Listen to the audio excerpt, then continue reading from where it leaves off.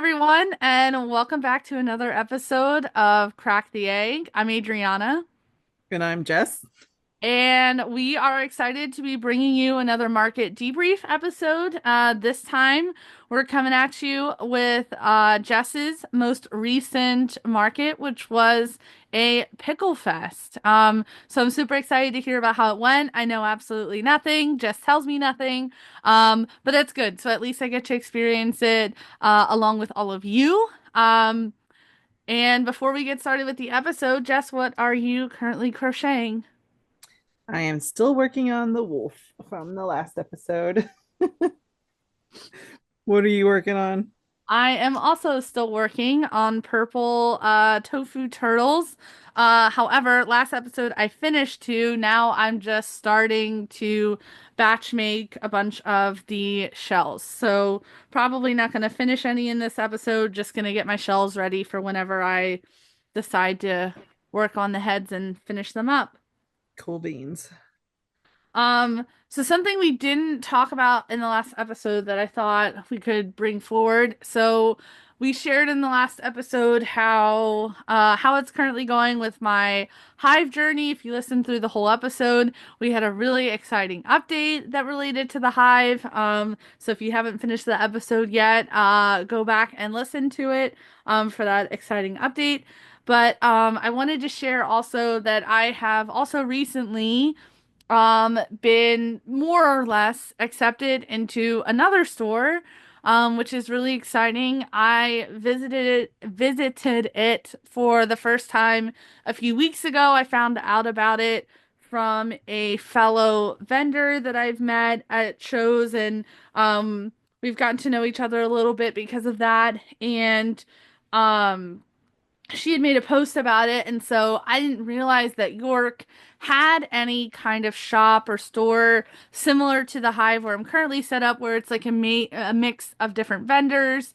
And so I went and checked it out with my boyfriend, and it's the space is a lot different compared to the Hive. It's a much bigger space. It's in an old it's the whole complex is called the New York Wireworks. It's here in York, PA. It's like 12 minutes from my house.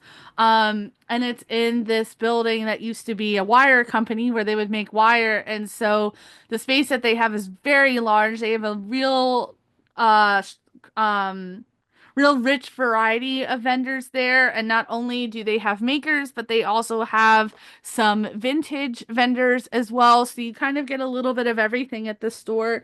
And so I went and checked it out with my boyfriend, did a little bit of shopping when I was there, and then I ended up going the next day with my dad. It wasn't planned, but my dad and I have a bi-weekly brunch date that we do. It's something that we started doing after he was hospitalized last fall, and it was something I wanted to make sure that I was seeing him more often. And so it's our tradition now. And so when we were at brunch, I was telling him about the space. He's like, "Well, I'm gonna go check it out." He's really into like vintage stuff. And so we went and looked at it. And then my dad also did a little bit of shopping when he was there. And so I applied, and after sending my pictures and description of my stuff to the owner, I am officially going on a tour of the space as a prospective vendor this coming Tuesday. So in our next episode, I'll share any updates on that if I have them. But I'm really excited to add another store potentially. And then it obviously means I have lots of crocheting to do, but thankfully the summer is coming. So I will have the time to do that then. And I'm excited to be able to do this in my hometown. Um, I'm not sure if it'll have any impact on sales at markets, but we'll see. We'll find out. And yeah, just thought I would share that. Are you excited? I am. I think it'll be cool because at least like with the Hive, I have to be a lot more intentional about like doing restocks and stuff, and I can't do them as often because of how far away I live from the Hive. But with this place being so close, like I'm gonna be able to pop by a lot more often. I'll be able to make more content for it. Um and Yeah, I'm just looking forward to like the new opportunity and not really sure how it's going to go or anything like that, but I get a good sense for what vendors are in the space and it's a much despite the fact that I didn't know that it existed, that's less about their job as advertising and more about me not exploring York City all that well outside of like the my favorite restaurant down there. Which is nowhere near where they're located. Um, I'm really excited to like again be in my home county, home state, or hometown, whatever. Um, and to be able to just go if I create something cool, I can go drop it off and that kind of thing. And depending on the space that I get in there, the prices are a little bit less than what they are at the Hive in terms of both what it costs to rent the space and then what they take. So, I'm excited to see what that looks like for me as far as, sales go, but then I might be able to offer some different things at that store than the Hive because at the Hive I only have a pegboard. Versus based on the email that I got from the owner, we're looking at more of shelf space. So I might be able to take like an anchor, for example, or something like that. So we'll see. That's cool. But I'll definitely update you guys and let you know what ends up happening with the tour. And then, yeah, if I have anything else to share, I'll let you know. So you had, we both had markets this past Saturday. And so in the last episode, we got all into detail about mine. Now we get to hear from Jess about Pickle Fest. So when and where was this market, Jess? This market was Saturday, May 10th in Dillsburg, Pennsylvania. Get it? I drive through Dillsburg pretty much every day when I'm going to work. But I think don't they drop a pickle at New Year's? Yep. Yeah. So they've really like I don't think there's any like historical pickle thing in Dillsburg. I might be wrong. I think they've just like embraced that as part of their name. Um, but that's cool. Do you know how often they've been doing or how many years they've been doing Pickle Fest? I don't. I also don't know. I was curious if that's been like a long-standing thing or relatively newer. I'm gonna guess it's on the newer side because there was a point in the show that two like EMT guys were walking by, and the one this is we are assuming this is what they were talking about. The one said it used to stop here, but now it's continued down here this year. Hmm, So we think that it's fairly on the newer side and growing. cool. What was the duration of the market? 8 o'clock to 3 o'clock. It Yep. opened at 8? Yeah, Good Lord, I know. that's a long day. It really was. And so the timing of things just doesn't make sense to me because an additional part of this pickle fest was a pickle chase 5K race, which Okay. in my running days I would have been all over this race. Um, but so the show started at 8 and then the run started at 9, which I don't get. I wonder if logistically it was just like to make sure you had enough people to help set the vendors up and then also to start the race. Maybe it would have been too difficult to start them both at the same time. I don't On know. that note, I thought maybe because when you're loading in, maybe it's to get everybody in and set up and out Mhm. of the way so that they could do the race. That too. That makes sense. Um, so obviously the theme was pickles, but were there Pickles. like any other underlying themes or it really was just pickles? Just pickles. And it was a very subtly pickle themed, I will say, and I'm a little disappointed by that. Really? Yep. So, like, did they have, for example, any like pickle food vendors? There was one vendor who had a menu of items emphasizing the pickle part of it.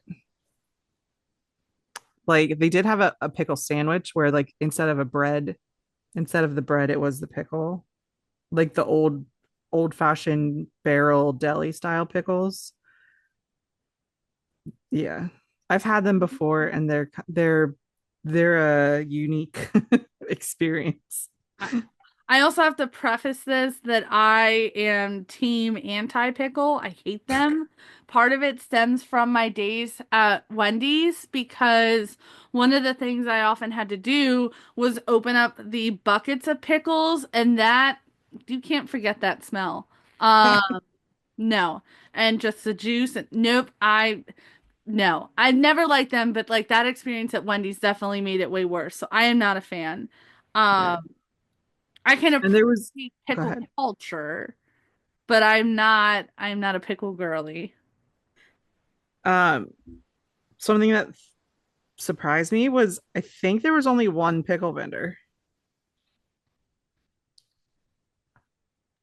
I mean, I when I did my rounds just to like check out the area, I kind of quickly walked through, but I only saw one actual pickle vendor, and the line was so long for it. They had fried pickles, which I love a good fried pickle, Part of me but I is didn't get like, one because the line was so long. well, yeah, I mean, in that case.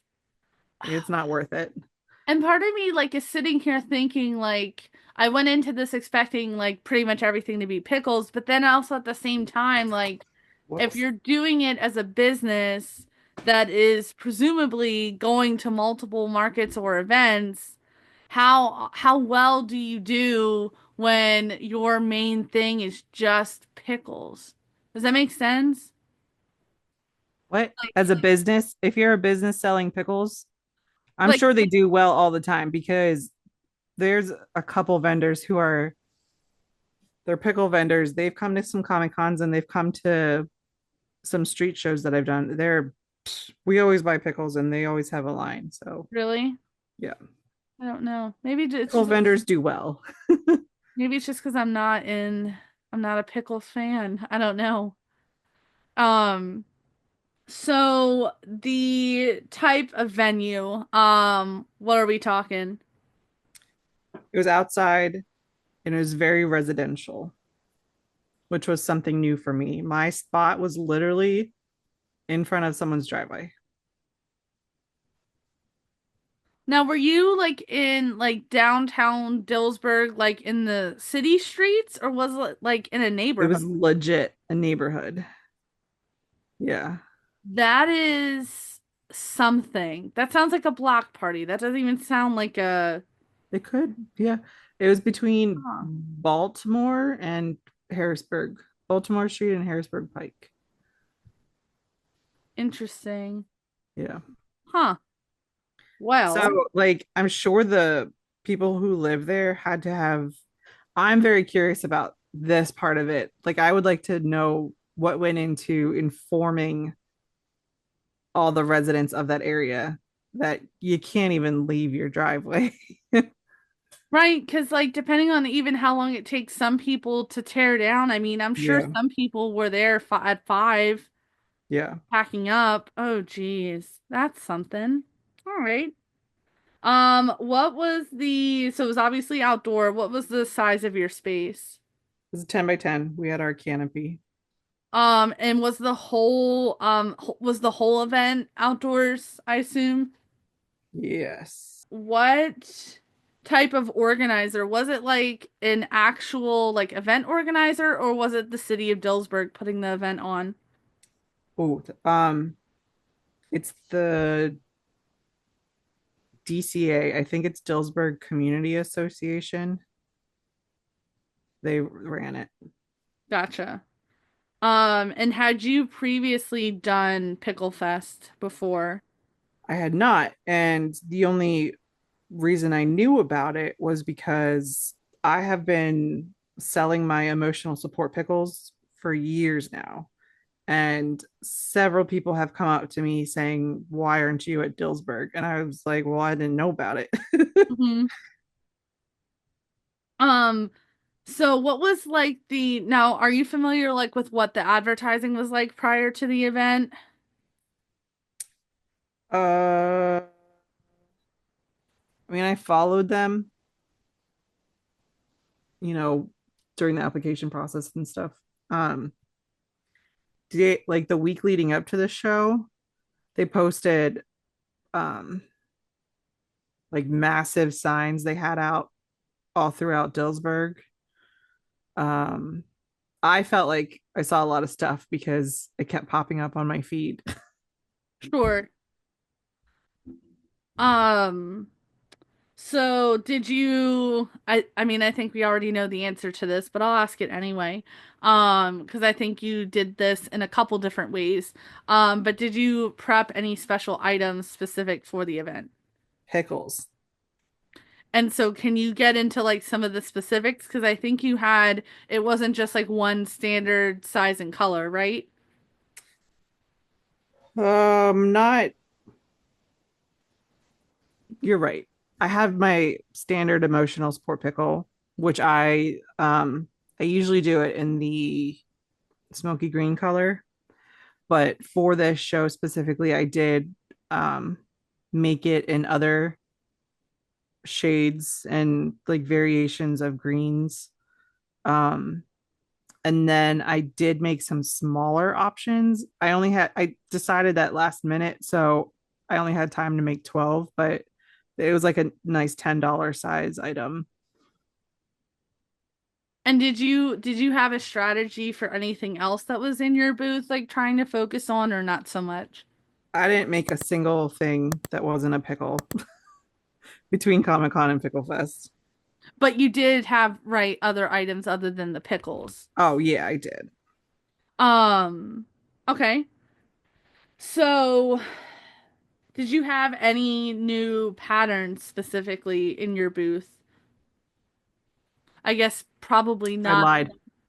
2 episodes ago, when we recorded right before Pickle Fest, I said I was making a bear Mm.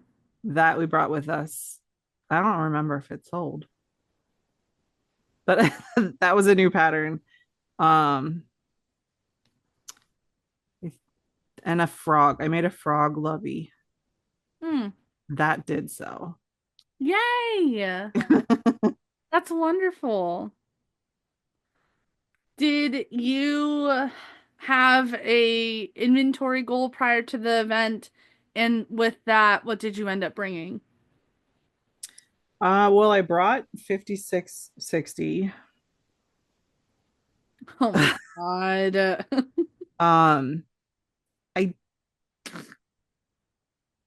didn't have a specific number in mind, but in the end, what I ended up making, I was expecting to have made in pickles alone, which didn't happen, which we can talk about. I love this trend of thinking one thing and then it doesn't happen. Yeah. Fine. I'm not sour at all. Um, what did the weather end up turning out like for you? I imagine it was probably similar to what I was dealing with.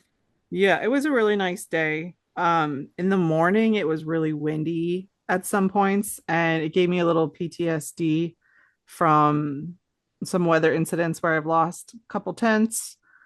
Um, but in the end it was all fine, and it was just in the morning. As soon as I think like noon hit, it was chill the rest of the day. So talk about the type of crowd. What did you both like, what were some maybe demographics and then also just volume of foot traffic? Um, Everybody, like, we had runners there, post and pre and post race. We saw them walking around with their bibs, and then at the end their medals. And then a bunch of families, and there was a good amount of people. When I was walking around, I had gotten to a point where there was too many people for me, So being in a residential neighborhood, I was able to like sneak behind the vendors and just walk up the sidewalk. Interesting. Um, how much, so getting into some of the actually before we get into some of the financials, some other like set the stage like questions. So what type of layout did you end up using for your booth? It was pretty standard for my outdoor markets. I had a 6 foot and a 4 foot table that I put in an L shape. And then for this specifically, in front of the L, like on the edge of the table, I had one of my standing shelves, and that was a full on pickle display. And then I had another one of shelves on the side with pocket shawls, and then a grid wall angled between the other end of the L and the shelves. Um, and then also too, so did you, what was the situation like as far as, so you're in this residential neighborhood, what was the situation like around you as far as like your spread of other vendors? It was an interesting mix. There were there was one other pure crochet vendor, and I knew her from the snake and skein community. Um, and there was another person who had crochet. I don't remember though if she was purely crochet or if she had other things. I really didn't. I kind of zoomed past her. But there's a whole mix. There's like freeze dried candy, stained glass, jewelry. But then here's where it gets interesting because a lot of businesses in the area um had tents, and by businesses I mean like insurance companies, physical therapy groups, like roof repair, people who like they were standing in front of their booths trying to get you to, yeah. I'm so sorry to make that face. Like the one lady with the roof, I heard her as I was approaching, trying to get these other ladies to stop. She's like, we can give you like free roof estimates and discounts and stuff. And then I walked by and she's like, are you a homeowner? And I am, but I said no. So I just kept walking. Oh, geez, that's Yeah. not wonderful. Yeah. So it was a interesting mix. And then there were like carnival games, intent, not like when you actually go to a street fair or carnival, how they're in their like trailer things, like the professional carny setup. They had tents just like ours, and they were cheap little games. But I wanted to play. Like people were walking around with like inflatable pickles. It's like I want an inflatable pickle. Oh my gosh. Um, so one of the things I noticed when I looked at pictures of your booth that you posted is that you did have like some little special things with your pickles. Like I Oh can't yeah. remember if they were like tags or whatever. Could you talk about those a little bit? Yeah, I have with my emotional support pickles, I have a little card that you can choose to take or not. Um, I don't know what it says. It's something like life isn't always bread and butter, which is a pickle reference. This pickle is here to help you deal with all that life throws your way, something like that. Okay. Yeah, I've always had that with my emotional support pickles, and I didn't think about it, but where I placed it, I think people were connecting it with also the smaller pickles, which wasn't my intention, but they would come up to pay with a small pickle and the card would no problem. I have no problem with that, but it was something I hadn't thought of because I it always was with the big pickles. Sure. Oh no, I just messed this up. Sorry. Sorry guys, for that dead air. I just totally screwed up when I was doing with this turtle shell, but that's fine.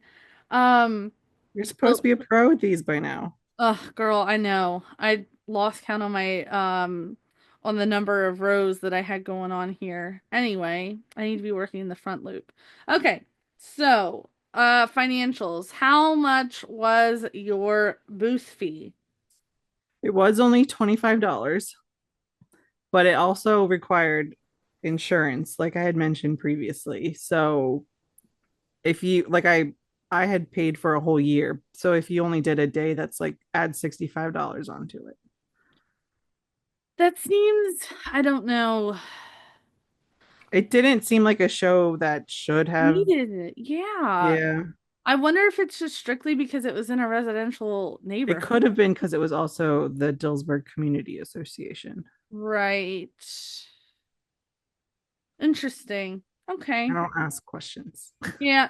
Hey, I get it. How, I'm scared to ask. How much did you sell? Oh no. Okay.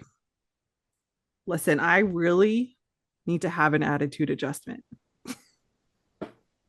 Really, really need to have an attitude adjustment because if you look at the day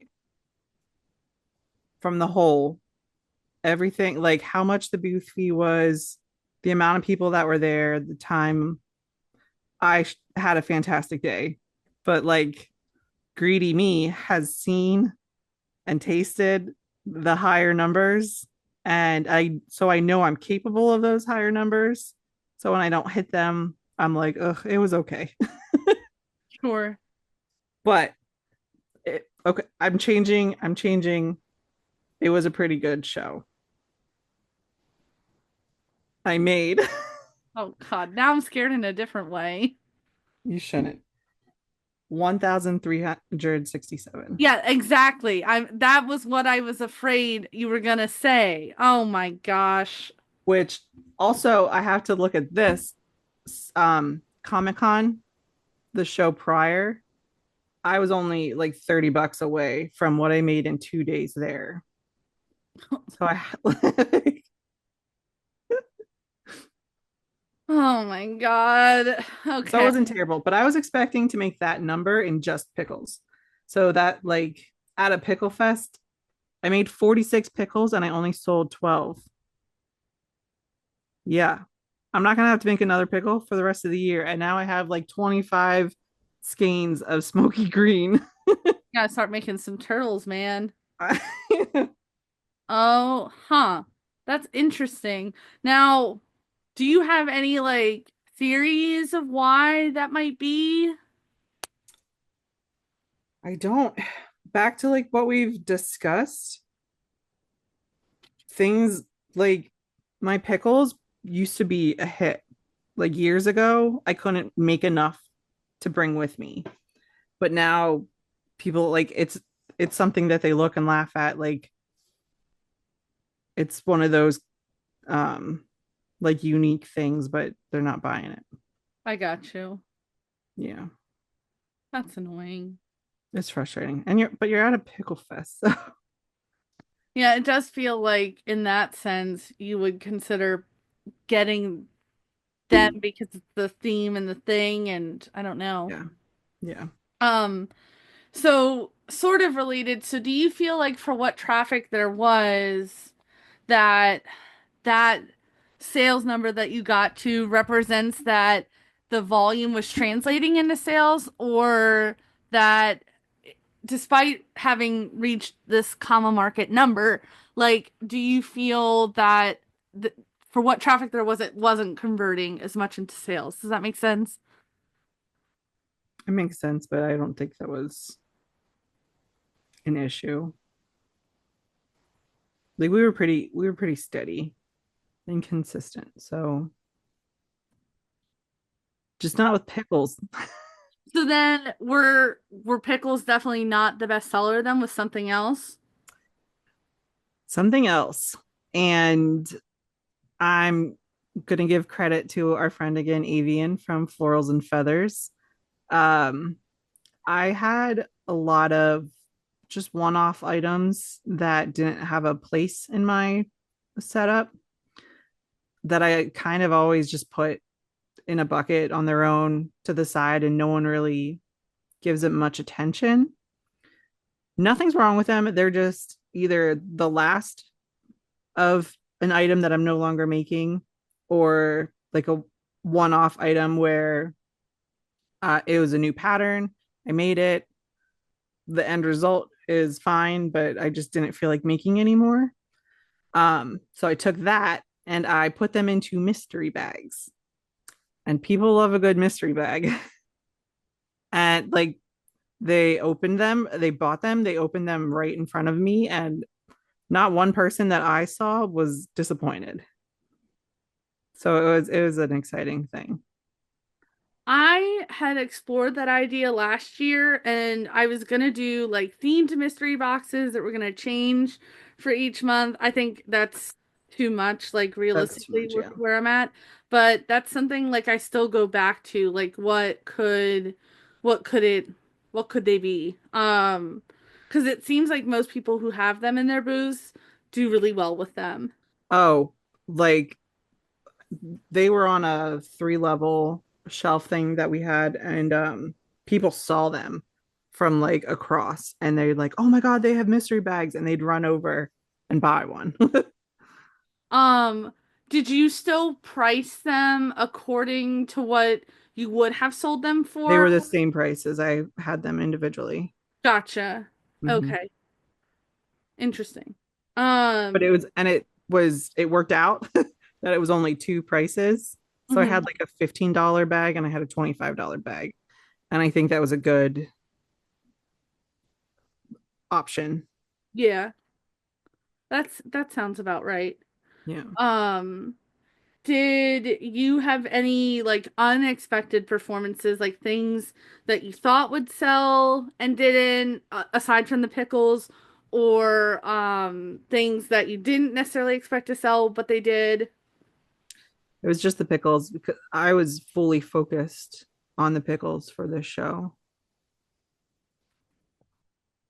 And did you have any interesting customer interactions? Hmm. Oh, I hope it's positive. They're not bad. They're just Okay. weird. Okay. All right. So tell us. So one of them kind of gave me a complex. It was, I guess, a husband and a wife and a kid. I didn't really know the family dynamic, but they picked a chick, and the man smelled it and then passed it to the wife who smelled it, and then the kid smelled it. And I was like, am I nose blind? Like, does my stuff smell funny? What's going on? But then they bought it. So I don't know. I don't know if it was just a thing with them, or I don't Oh know. boy, it takes all kinds. It was weird. It was something I've never seen. I'm like, why are you smelling it? On one end, I get it, but like, I've been in your house. I know it doesn't stink to high heaven in there. Like, and it's not And I put smell. dryer sheets in all my bags too. Maybe it was the dryer sheet, but I don't think so. I mean, I've seen some people put like little lavender bags or whatever in their plushies, but like, unless you would specifically state that, I don't see Yeah. why anyone else would feel the need to do a little sniff test. But No, it was weird. But then so normally I'm not a fan of people taking pictures. If they do it, most of the time they're doing it sneakily, but mhm, I can still see you taking pictures of my stuff. If they ask me, heck yeah, like go for it. Take a picture. Thank you for asking. mhm, Um, but being a pickle fest and the pickle display that I created out front, I had to get over that. I kind of expected it to happen that day because like I had a rotating pickle, and just you saw it, just a shelf full of pickles. But this it was towards the end. This one family with a couple kids came up, and the parents told the kids to like all get together and pose in front of my pickle stand to take a picture.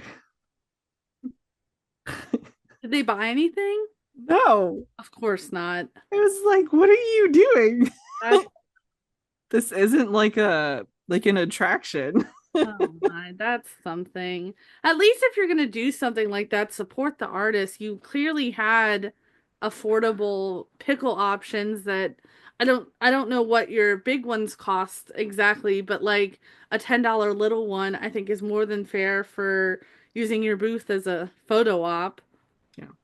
I did sell all the little pickles. So all 12 of the little, I don't count them in my pickle sales. So I'm thinking the big pickles. Oh, for That's my heaven's like, sake. but that was still, I had 12 little pickles. So I sold all 12 of them and then I had 12 big ones. Mm-hmm. They count. I say they count. Don't count. Overall, what would you say you feel like was the best part of the day went super well, and then what you feel like maybe could have gone better? Uh, Honestly, I don't really remember anything going like super well.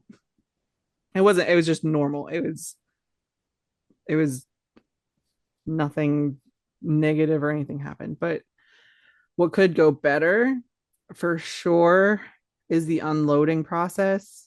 That was the worst unloading that I have ever experienced. And I'm 100% confident it's because of the location. It was rough because like, so when we loaded, because you're in a residential area, there's no parking lots or anywhere to go to. So, um, when you unloaded at the beginning, you kind of had to like go up and down the residential streets and find a place to park your car. And then, like, for me, the muscle disease that I have is not like, it's not getting better. And some days are rough. And that was a day after an infusion day. So I was already a little rough. Um, so just getting to the car was a struggle. And then to tear down at the end, they were waiting to open the street up to let vendors come. Yeah, it was over for a little bit. And the guy was like, I'm going to evaluate to see how many people are still walking so you can get your cars and stuff. So we had to do a couple laps through Dillsburg before we could finally get onto the street to go load up. So It your was just stuff was just chilling there we unattended? had I had three of us again. So Ed was with the stuff. We actually had to take two cars this time because we overpacked. We didn't overpack, but we're getting big and I need to find alternative things. But Ed was with our stuff and Michelle and I went to go get the cars. That's really frustrating. Yeah. So then let me clarify something. So like when you were unloading initially, did they allow you to pull up to your spot or Oh did you? yeah. Okay, that's what I Yeah. wanted to make sure of. Okay. Which I think for some people could have been frustrating too. We were already in and setting up, and kind of across and a little bit diagonal to us was a food truck. It was a trailer attached to a truck, and they were making several attempts to like get the trailer into the spot. And we looked and there was a line of cars waiting to get to their spot to unload. So I can imagine it would have been frustrating for them, which brings me to, if you're going to have food vendors like that with trucks and trailers, I feel like those should be the first ones to get there. Like Mm-hmm. organize it to have those guys get there and get their trailers there and then have the other vendors come. This That is my seems hot to take. make sense. Yeah. Um, Now, I talked about in the last episode how my May 10th market I felt like was affected to some extent by all of the May 10th markets. Do you feel like this one was or no? No, I did see on our way there though that it was a college's graduation. Messiah. Yep, it was Like, Messiah. That's the one yeah, we passed. gotcha. So I don't know if graduation played a role, but I felt like it was well attended. There were lots of people in pickle shirts. That just reminded me for some reason there were events there that I never saw a schedule for. So I feel like that lacked in some sense. So, okay, so you didn't feel like it was affected by the May 10th extravaganza of markets. So that's good though. Yeah. Um, what is your likelihood to participate in this event again? We're very interested in participating again. The only negative thing we felt was really the loading out process. I But wonder, overall, it was a fine day. and I wonder too, like, is that something like maybe you could give them as feedback? I don't know. I mean, I I could. mean, I can't imagine though either that you were the only one who felt that way. Probably not. I think our the girl I knew from Sneak and Skein was frustrated with that, like the loading process.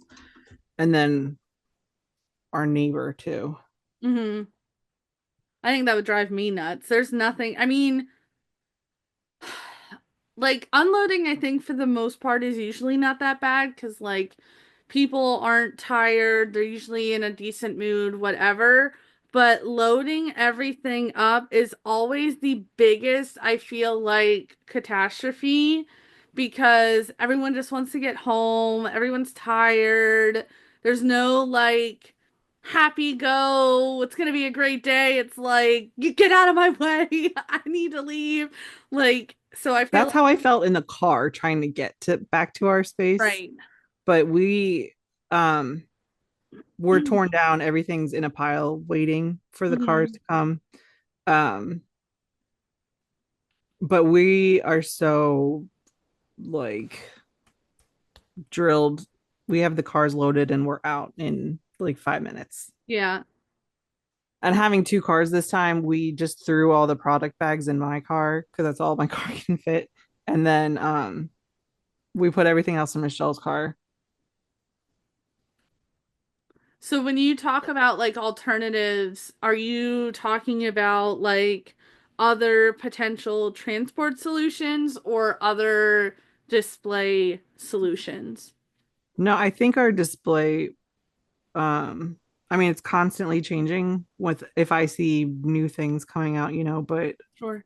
when I'm choosing to purchase those things, I'm considering the portability of it and if we can fit it in our Tetris game. Um, but I'm thinking I've been toying with the idea for a while, and I know you have too, of getting some kind of trailer, um, or a truck, but I really don't want to get another car because I don't have any car payments and I don't want to start again. And I love my Jeep, so I don't want to give it up. Um,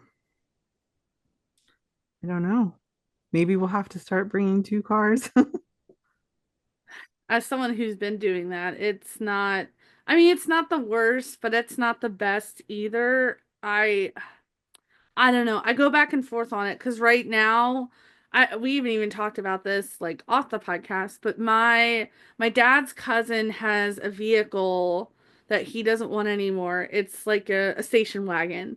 So it would most likely, I'd have to obviously measure and try to fit everything, but it would most likely fit all of my stuff because especially over the last year, I've really simplified some of my display items and like the way that I transport inventory now using I'm not using plastic bins anymore. I'm using the moving bags like what you have. That's really freed up a lot of space. So we almost fit everything into Alex's car, which is the hatchback, but not quite. So we continue to have to take two. But like he's willing to sell me his station wagon for very cheap. But the problem is that there's like some rust on the oh my gosh. I'm forgetting the exact name off the top of my head, but it's essentially kind of like where the door jambs are. There's some rust, so the rockers they need replaced, and so it can be quite expensive to do it, especially for as much as it's rusted. But that's the closest I've come to making a car purchase. But part of the consideration too is also like that's another thing of insurance you have to have. And it's not like I don't know if mathematically for what it will use in gas, if it is still more economical than what we're doing now because my hybrid, like I'm getting 60 miles a gallon. So it's like not Yeah. that big of a deal. Alex isn't getting that in his car, but still. So I don't know. It's so I think complicated. it's just this year, particularly, we've only done 2 shows so far, so I can't imagine what the rest of the year is going to be like. But I have more product and I have more of the bigger items. Mm-hmm. So, like, I've had to buy more body bags. We brought 6 of them full of product. Oh my God. Yeah, Holy which is cow.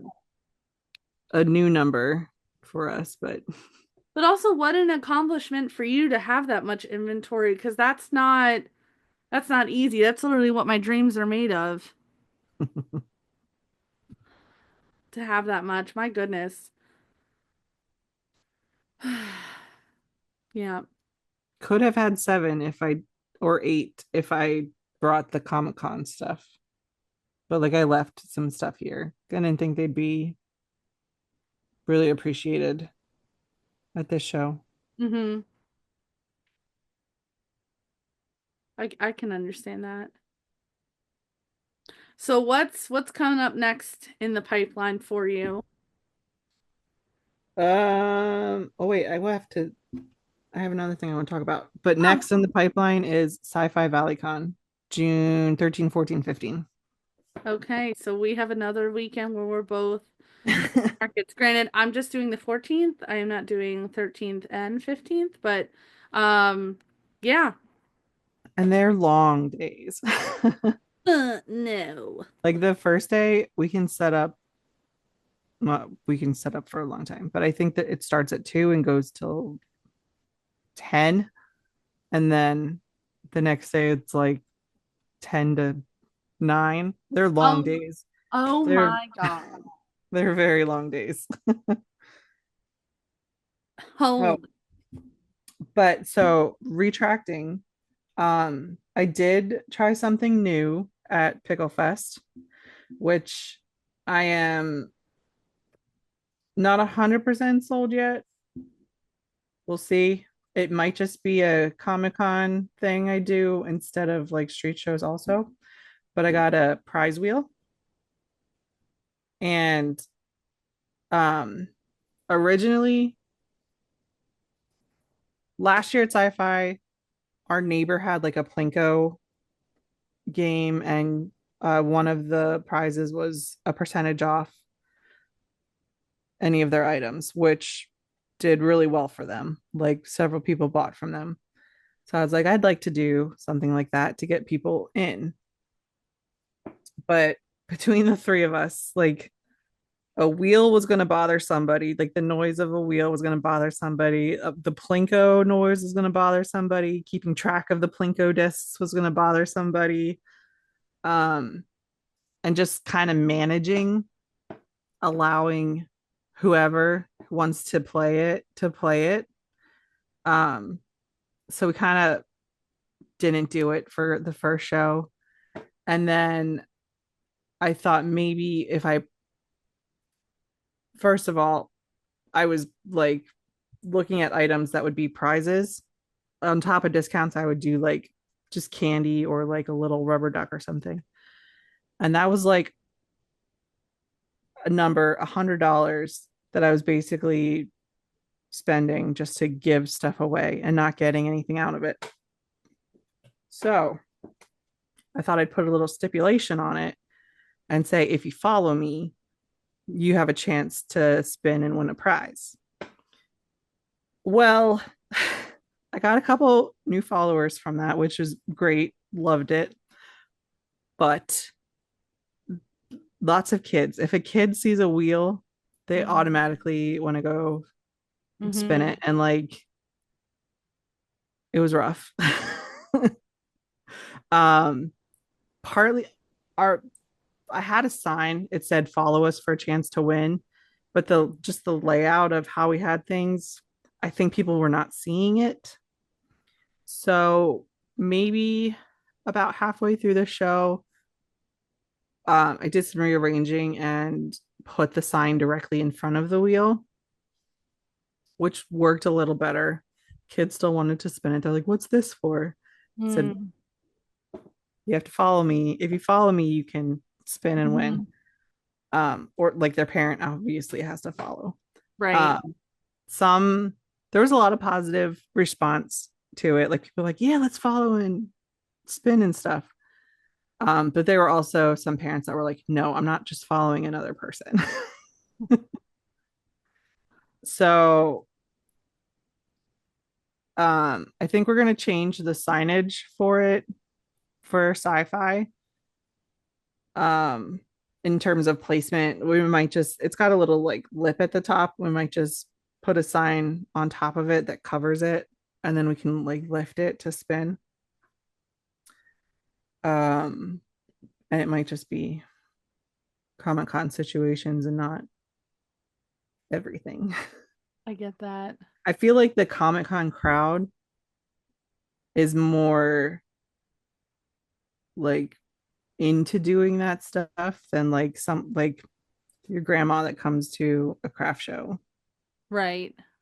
and they're like, why can't you let the kids spin? We're trying to run a business here, lady.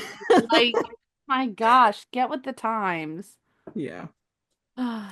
So that was new for us, but we'll see how that progresses through the year. Mm-hmm. Anything else about Pickle Fest that you would like to share with the people? I don't think so. There were lots of dogs that we got to pet. Oh, that's the best. That's the best. We like to offer free pet sitting services. If someone walks by with a dog we like, we're like, we'll watch your dog for free while you go walk her. Does anyone ever take you up on that? Yes, last year What? someone did and then almost forgot their dog. Oh my gosh. Like, I don't think we should do this anymore. That is honestly so predictable. People are funny. I don't know that I'd ever want to leave anyone with Olive. She's a menace. There was a turtle walking the street, like a full-on tortoise, was just like cruising down. He was booking it too. And everyone was Leash? like, people made space for him and they were taking pictures of him. It was pretty cool. Was he on a leash? No. He was just free roaming it. Yeah, I think the owner had like a wagon with him, but he was just walking down the street. I mean, what's the worst the turtle's gonna do? It's not like he's gonna bark at anyone. Huh. Well, I am glad that your Pickle Fest was successful, and I'm excited to see if you do it next year.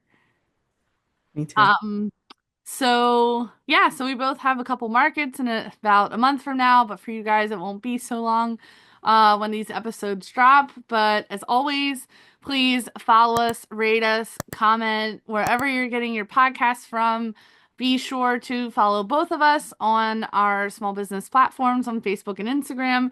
Jess is at Craic Creations, Craic spelled Craic, and I am at Yellow of the Egg Designs. So, we look forward to seeing you guys next time in our next market debriefs. And thank you so much for listening. We'll see you then. See ya. Bye.